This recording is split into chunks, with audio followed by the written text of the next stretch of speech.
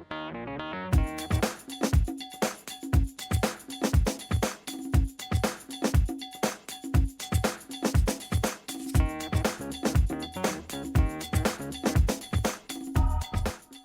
recent days, Jeb Spaulding, the Chancellor of Vermont State Colleges, has announced tentative plans to close 3 state colleges: Northern Vermont University in Linden, Northern Vermont University in Johnson, and Vermont Technical College in Randolph. His plans have sparked outrage among many people around the state. Today's guest is Ben Luce, a professor at the college in Linden, and he is a vocal opponent of closing the colleges. Welcome to the show, Ben. Thank you, Scott. It's a pleasure. You've become quite a media celebrity.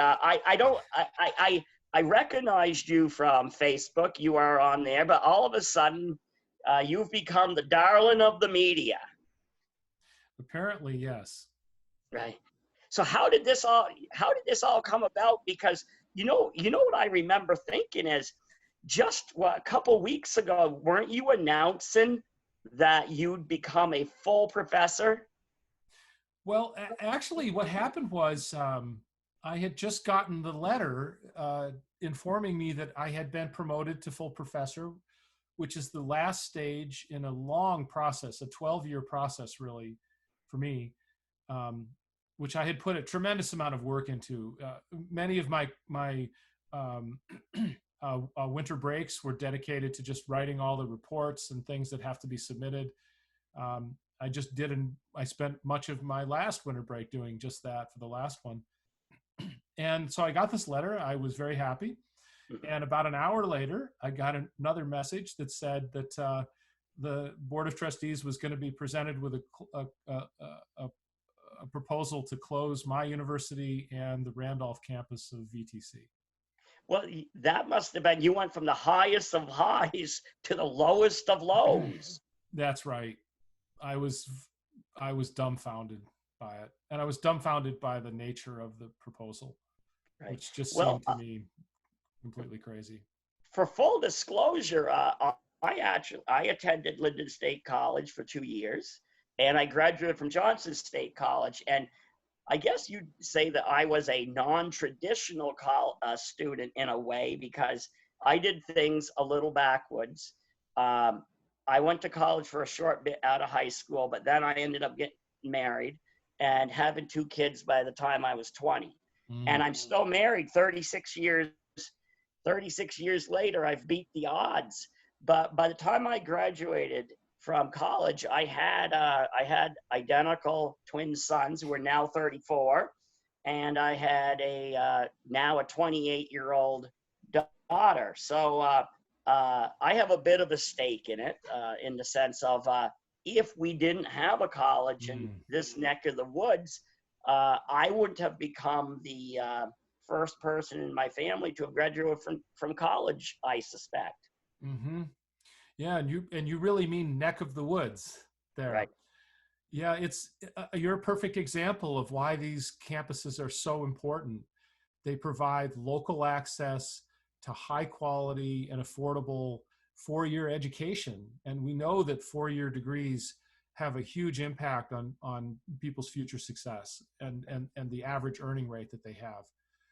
These campuses are actually highly efficient economic drivers for the regions that they're located in and really for the whole state, because the Vermont's success as a state depends on the success really of all of its communities, not just the urban areas. And in fact, the rural areas often have many of the greatest challenges to face. So it's arguable that the value of these campuses are, disproportionately beneficial, really, to these regions. Oh, without a doubt, because parts of my family have been in this region of Vermont since probably the beginning of time, if you wanted to count my native roots, which is minimal, but still, I do have ancestry that extends far back. And I do believe that attending the 2 colleges did open my eyes to Mm. other, other ideas, other ways. And fast forward in time, I went on to graduate, as I said, from Johnson, but then we encouraged our children, and all three of them have college degrees, and they're all professionals. Fantastic. So once you can help lift people out of well, whether it be out of poverty or just to provide them an education and let them see new things. Yeah, just a pathway to success. Right. And that doesn't have to be as you probably will agree, it doesn't have to be an academic degree. It can be like what is offered also at VTC, which is, a lot of hands-on stuff too. In fact, Lyndon is really considered to be out of Castleton, Johnson, and Linden. Lyndon is really considered to be a professional college. We have many of our programs are professional degrees, and a lot of our students go on to professional careers in the state. You can't actually turn on the television in the morning and not see a Linden State graduate giving the weather report, for example. Right. Our graduates are all over the professional activities of the state. Now I am, my memory's failing me. The famous weatherman that you see on the Weather Channel, Jim Cantore. Right, and Yes. He's also a graduate. He is, and I'm sure he's been contacted about this, and I think actually he's even weighed in against this proposal, if I recall. There are so many Facebook posts on the Facebook group I started a few days ago that I can't keep up with all of them, but I think he weighed in on that. And I also believe that as far as Johnson goes, I think I recall that Tom Cruise went to Johnson State for a time. I did not know that. And Wow. and I might be and I might be wrong, but in the meantime, maybe our producer Todd Toronto will fact check me. That would be fun to know. Yeah. If we could get a celebrity like that to weigh in, it might have an interesting impact on the dynamics of this. Well, since I've seen your face all over the place, how much celebrity power are you worth now? I don't know, but this is I do find myself with a microphone bigger than one I've ever had in my life. It's kind of interesting. This all actually grew out of a single Facebook post I made on Friday night, in which I asked students to actually suggest ways we might consider protesting this. And somebody in the group mentioned the idea of a car parade, which made a lot of sense because of the current social distancing guidelines. So I thought, okay, let's try to organize one. So somebody else suggested, why don't you start a Facebook group to do that? So I did, and I thought, well, in a couple days we'll probably have a couple hundred people on this, and we'll get this car parade off the ground. By the next morning, it was at 2,000 people, and today we're pushing 10,000. So it blew up, and it turned into this sort of central organizing thing. Now, I have some background in this kind of thing. I've done activism and organizing over different periods of my life. I was heavily involved in New Mexico for a decade, promoting clean energy there. I was the state's primary renewable energy advocate and activist. So I worked very closely with the media there and the public. And I led a large coalition of nonprofit groups. So I sort of have that kind of activity in my blood, sort of, somehow. I was heavily involved in the fight against industrial scale wind power in the state. I went around to communities all over the state and gave talks and kind of informed them of what all the facts were. And I think I played a pretty central role in turning community after community after community, even communities that were initially very supportive of that, thinking that, oh, this was good thing because it was green energy, kind of enlightening them that there was actually a better way to do all that there. There were other forms of green energy that really were much greener. And but that's been a while, and I've been kind of in, in the background, and but this issue has been bothering me for a long time. I've been deeply, deeply dismayed at the way that the colleges have been administered, and at the tremendously low level of funding that they have. They're only funded at about 17%, which is less than half of what even the lowest states out there typically fund their state colleges at. It's actually a miracle that we've been operating as well as we have been and still able to largely fulfill our mission with that kind of support. And this situation has put a huge debt load on our students. Our students are paying a lot, our Vermont students are paying a lot more in tuition for state college education than they should relative to their peers in other states, which puts a huge burden on them, and it makes them hard for them to stay. Many of them have to seek higher paying jobs elsewhere. So this has been an issue that has been on my mind for years, and I've been kind of sitting on my powder, so to speak, about this. But as soon as I heard about this, I started to get active, and that led to that Facebook post. And I think I started doing that kind of thing a little before others did. And so it just was complete happenstance. It just turned out to be the Facebook group that I created was just early enough to become the one that really took off. Yeah, exploded overnight. And by the way, I did get a message from our producer, Todd Toronto. So it looks like your next contact will be Tom Cruise. He did attend Johnson State College. So next thing you know, you're going to have Top Gun. I'll be darned. Well, we'll have to get him on your show. Right. Yeah, we might be able to do that. I know the producer, Todd Toronto, he also performs in Nashville and performs around town. So maybe he can come up. Maybe he can contact Willie Nelson, and we'll have a fun. We can't really do that because we can't meet. Come to think about it, in the days of a pandemic. But we'll see what Todd can do for us. So you mentioned New Mexico. One of my sons is the latest, one of the newest residents of New Mexico, oh, really? Albuquerque. He's working at the University Hospital there, and he just got out of quarantine after 2 weeks after arriving there. Wow. Well, that's a fantastic place to live. It's a beautiful state like Vermont. It has a population that's not dissimilar in terms of its size. It's also a very culturally rich state like this state. It's a little more sort of balkanized into different populations. You've got ranchers on the Eastern Plains and Pueblo Indians in the Pueblo Nations along the Rio Grande, and then you've got this ancient Hispanic culture there, tracing its roots to the conquistadors.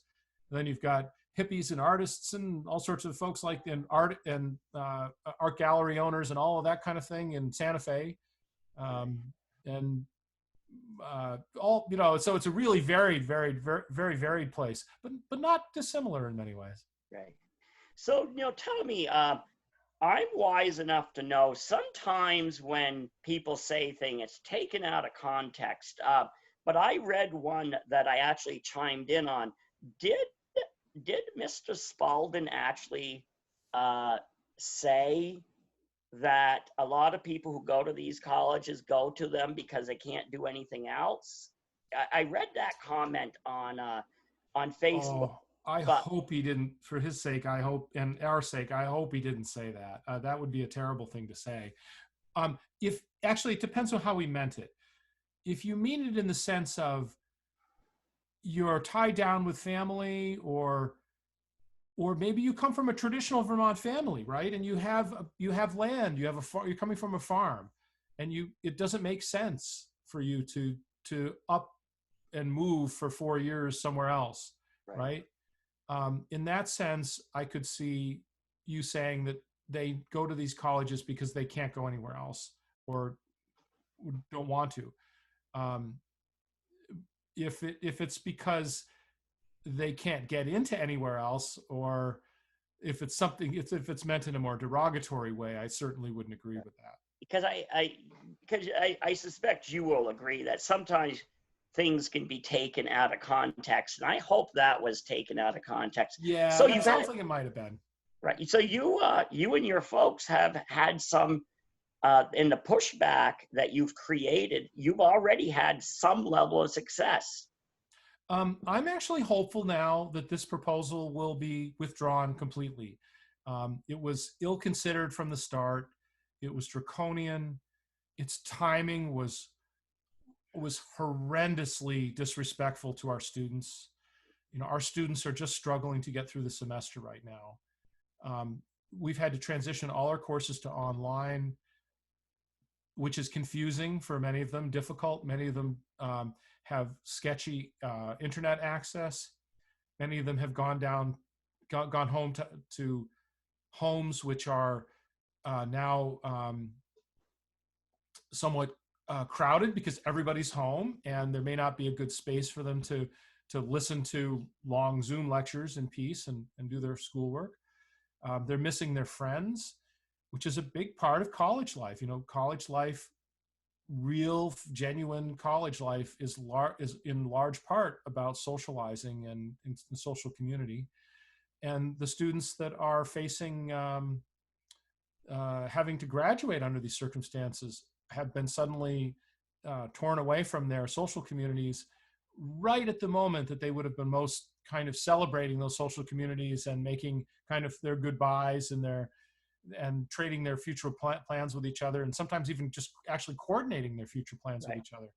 Right. So it's the timing was awful, and I think that alone is enough to cause this to be, or is basis for this to be withdrawn.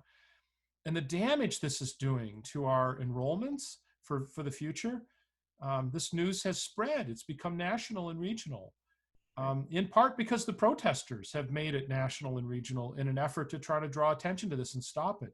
But that's also informed huge numbers of people that we might not exist next year. So how many people are going to want to come to a college that has a good chance of not existing next year or more than a year?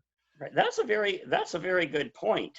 Because I was thinking, was this all a ploy to rally support for the colleges? But you know, I guess if you look at it that way, there is a real negative impact. No matter if the colleges are allowed to stay open, there's no doubt this is going to have an impact for at least the foreseeable future.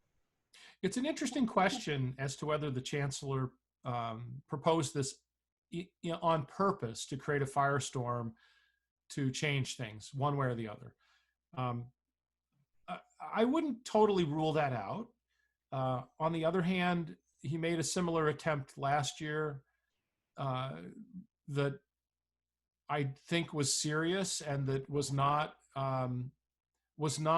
didn't appear to be calculated to create such a reaction. So if he ever comes out and says, "Oh, I did all this on purpose," I'd like to see some proof of that. But it remains the fact that this action did in fact create the largest pushback and really call for better state funding of our state colleges than anything that's happened before. So it's actually having a very good effect. And we do have a really big problem. This is not the chancellor's fault per se. I mean, this crisis to some extent is, but the shortfall in funding is really a problem with the legislature. Vermont state law states explicitly that the state colleges shall be funded either in whole or in substantial part. That's the exact language. The spirit of that is clearly that something like 50% or higher of the funding would come from the state. And for years, when that law was first put in place, that's what happened. But then a couple decades ago, the legislature began to eat away at that, began to gradually decrease it. And that's occurred down to the point where it's quite low. And now that's set off huge economic problems, a huge financial problem for the colleges. It's made us less competitive, as well as putting a huge burden on our Vermont students. And so, not surprisingly, I think that's had a downward effect on enrollment. Mhm. And that's created this perception that we have huge financial problems and enrollment problems and maybe need to be closed. So it's really a false narrative, though, because this was a problem that was created by a ridiculously and inappropriately low amount of funding. It would be like starting a company and having a situation where you knew you needed to invest $100,000 and you only invested $50,000. And then you wondered later on why your business was failing. It would be like saying, well, the business failed because it's not intrinsically viable, when in fact the reason was you knowingly underfunded the startup. Right. So that's the situation we're in, and it's easily fixable. The state budget is around $6 billion. The budget for the VSC colleges is around $30 million. We are like 0.3% of the state budget, 0.2%. It would be, when legislators talk about, wow, 20 million more in funding a year, relative to the state budget, that's basically a drop in the bucket. Right. So it would be easy to do. And if they did that, it would make us hyper competitive. So we would see more students come here, and we would see more students from out of state coming here too, because the whole thing would look better. And out of state students pay a big extra additional amount of tuition. These colleges are money earners in many ways. They bring people and extra money into the state in droves, and those people spend their money. That tuition gets, that higher extra amount of tuition gets spent here in Vermont. Right. It's really cutting off your nose to spite your face to propose closing. You touched on one thing is, we talk a lot about trying to educate our local people, which is very important. Now, because if you're like when a student leaves the state to college, like all three of my children chose to leave the state to go to college. So what happens is my two sons met the people who would become their wives.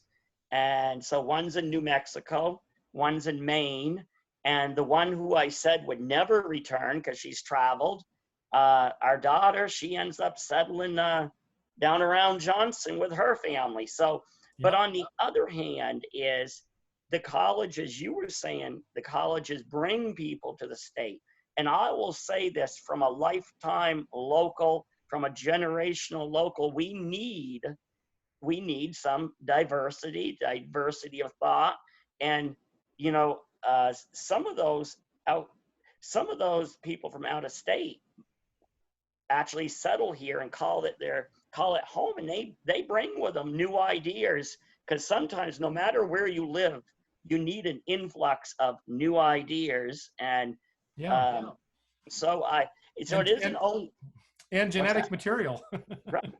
So we only have about 5 more minutes left. What more would you like to tell the viewers and the listeners about what they can do, and maybe the direction that you're hoping to take this? Yeah. So what we really need people to do, I think, is to talk to your state legislators and the governor and really emphasize to them that these colleges are pretty much as is, are really good, viable, needed operations, need to be retained. They need to be funded at an appropriate level that is really, truly comparable with what other states do, and that simply fulfills their basic needs. They will pay back in spades. There's no question about the return on investment here. These are totally worth it. But there is a kind of delusion in Montpelier that these institutions are failing and inefficient and unsustainable. It's completely untrue, and it's easily fixable. But this has resulted from kind of years of kind of disconnected, indirect management of these institutions and tremendous pressure to cut down on expenditures. I understand that taxpayers are intrinsically really worried about the tax burden of supporting things like this. On that point, I just emphasize again, this is the best paying back investment that taxpayers can make. It really is. The other thing is there is a Public Assets Institute in Vermont, which has been revealing and publishing reports over a number of years now, suggesting that our tax structure is woefully outdated, has a lot of loopholes and mistargeted things in it, and it probably could be restructured in a way that would really serve our communities, and especially our rural communities, a lot better. So that's another thing to emphasize, is that it's time for the politicians to exert a little, or exhibit a little courage, and take the issue of reworking the tax structure and make sure that the colleges are funded. Probably a good target would be at least at the 30% level, and probably better more at the 35 or 40% level. And that's really a doable thing. Now, tell me, I've heard people say, and I've read, well, but education's changing now. We don't need so much in classroom time. We can get the education over the internet, which I'm sure there is a degree that you can get that. But can you, like, I can't imagine you can do everything online, especially the on-hand education. No, I think as a cultural thing, I think it's really important to have a place where people in this age bracket can go and deeply immerse themselves in learning, but also deeply immerse themselves in socializing and building community. There's also a lot of physical activities they do together, sports being one of them, but also musical involvement, theater types of involvement, interacting with scientific equipment, laboratory equipment, and things like that, hands-on stuff that that you could never afford or even consider being able to deliver via an online format.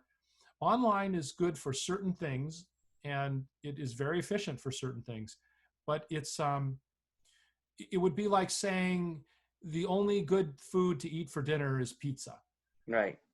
It's simply just it's just one of the tools we have, and by no means is it a good substitute for real genuine in-person education. And I think that will always be the case. And I think it'll be a tragedy for our society if we aren't able to retain them. I think what we will see if we really lose in-person four-year education is we will see a profound collapse in the intellectual capability and competency of the United States. And that will put us at an extreme disadvantage moving forward. We are already facing perhaps such a decline, and it's going to be very hard to keep up in this world of competitive global development if we do this. We are a strong nation in large part because of the great university and college system that this country has had. Right. And we You take a look at, can you imagine Lyndon State without, Lyndon without Lyndon State? I do believe that part of the success of Caledonia County, that has much more of an industrial past than, say, Orleans County. I do believe that in part that is due to Linden State College, now Northern Vermont. So I can't imagine the kingdom without Linden State, and I'm sure the people of Johnson and Randolph feel the same way. So hopefully we can find some solutions, and hopefully this is the beginning of a dialogue. And maybe business can businesses are asked to do a lot, but maybe they can once again rise to the occasion and help out here. And maybe Mr. Tom Cruise, who I said went to Johnson, maybe he'll come forward and give you a hand. And we're happy to help with the businesses. We, look at the Maker Center that was set up, the workspace center that was set up by NVU in Linden. Right. We are a good engine for creating new businesses and assisting and training for new businesses. And we could do more in that way. I'm the first to say that. We would love to do more, and adequate state funding would make that much easier. Right. And let me, I'm going to put a little plug in for what I do. Is here's the way I took my path. As I said, I had 2 kids by the time I went to college. I was so I went, and I was actually quite weak in writing, and so they made me take writing classes. Never liked writing, I didn't. Well, I ended up with my degree in psych, but the irony was I had my degree in psych, but they transformed me into a writer. Now I have like a half dozen books. I have a magazine that goes around the world. I am been on the History Channel. I've been just about every major network, and that was because the state colleges believed in me when I didn't believe in myself. Yep. And as I say, I am living the dream. I am not rich in money, but I am rich in so many other ways. And if the state college system hadn't believed in me, I wouldn't be living the life I'm living. And I love the stuff you put out. We really enjoy it. And it's wonderful to live in an area where somebody is providing that historical memory in a kind of constant way too. Right. Because I could go to a library and try to read stuff up, but it wouldn't be the same as, hey, there's another post by Scott Wheeler with this really interesting fact and this really interesting photo of this. How cool is that? And then we walk down the street, and there we are in the place that was in the photo, and it all just kind of brings it together. I can tell you, if I were to die today, I wouldn't want to die today, but if I did, I'd be saying, wow, what a ride this was. And as I said, it goes right back to Lyndon and Johnson. Yep. And on that note, wear a mask when you go to the supermarket. Okay. And thank you for coming on, and maybe we'll have to have you back on for an update. Thank you. I would love to. Thank you. You guys take care. All right. Thank you. Bye-bye. And thank you to the viewers for tuning in to another segment of the Northeast Kingdom Voice.